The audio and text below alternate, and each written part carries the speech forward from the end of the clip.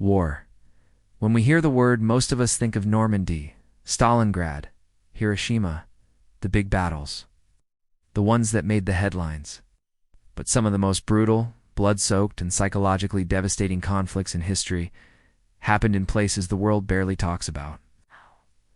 This is one of them. This is the story of the Burma Campaign, a savage World War II front fought in the dense jungles of Southeast Asia, a war where men drowned in mud, faced starvation and disease, fought snakes, bullets, and silence, and were forgotten by the very nations they served. It's a war most textbooks skip. The soldiers didn't skip it. They lived in it. They died in it. And it changed the course of World War II in ways no one expected. Let's rewind. It's 1942. Japan has just attacked Pearl Harbor and is sweeping through Southeast Asia like wildfire. Burma, modern-day Myanmar, becomes the next battlefield. But why Burma? Because it was the gateway to India. If Japan could take Burma, they could threaten Britain's greatest colonial possession, the Raj. And so, the British Empire, Indian forces, Chinese troops, and later American units all converge in one of the most logistically complicated, physically punishing, and morally draining campaigns in the war. But this wasn't Europe. This wasn't tanks and trenches. This was hell on earth. This was jungle warfare. Terrain was relentless, sweltering heat, monsoon rains, mountains, rivers, thick rainforest. Men would march for days with no food. Their boots would rot off. Malaria, dysentery, and leeches killed more men than bullets ever did, and the enemy. The Japanese were dug in, trained for jungle warfare, and absolutely relentless. They built tunnel networks in the hills, launched ambushes at night, and survived off minimal supplies. They were disciplined, brutal, and impossible to dislodge. But perhaps the most overlooked army in this campaign was the Indian Army. Over 2.5 million Indian soldiers served under British command, the largest volunteer force in history. They fought not only in Burma, but in Africa, Italy, and the Middle East. Yet their sacrifices remain largely unrecognized.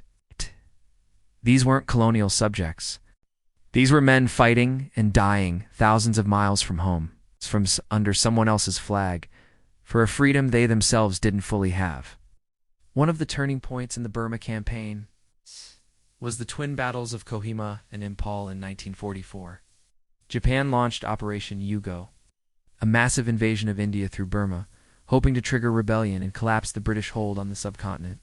But they underestimated the resilience of the Allied forces. At Kohima, the fighting was so fierce that soldiers fought hand-to-hand over a tennis court. Yeah, that's not a metaphor. They literally fought over a tennis court. Yeah. And that battle is now one of the most iconic in Commonwealth military history. Imphal was no easier. The Japanese surrounded the city, cutting off supplies, hoping to starve the Allies out. But air supply missions and sheer stubbornness kept the defenders alive. After months of siege and counterattacks, the Japanese forces were finally pushed back.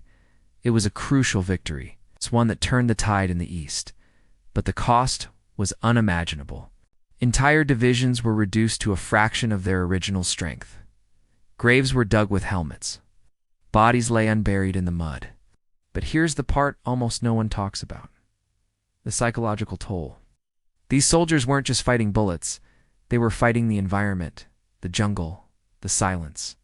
Many of them felt like they had been sent to the edge of the world and forgotten.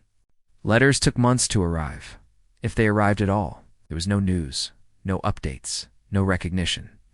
Just mud, blood, disease, and death. And when they finally came home, there were no parades, no fanfare, no medals in the mail. Many were never even thanked. Some were discharged and went straight into poverty. Others were haunted by nightmares for the rest of their lives. The British called them the Forgotten Army. The title was more accurate than they probably intended. Why don't we talk about the Burma Campaign? Why do we remember Normandy and not Kohima?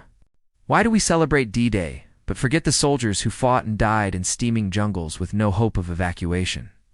Part of the reason is politics. Part is geography. Part, let's be honest, is race. When history is written by the victors, it's also shaped by what the victors choose to remember. And for decades, the contributions of Indian, African, Southeast Asian soldiers were reduced to footnotes, their sacrifices overshadowed by narratives centered in Europe. But today, slowly, the fog is lifting. Memorials are being restored. Books are being written. Families are sharing stories that were once buried. Veterans are finally being honored, even if it's decades too late.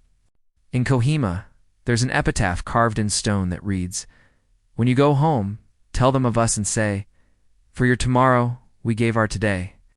That line, that feeling, should echo in every classroom, every documentary, every history book.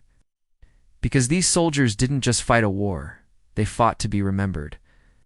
And that fight is still going. So what can we take away from the Forgotten Front? That not all wars are about strategy and maps.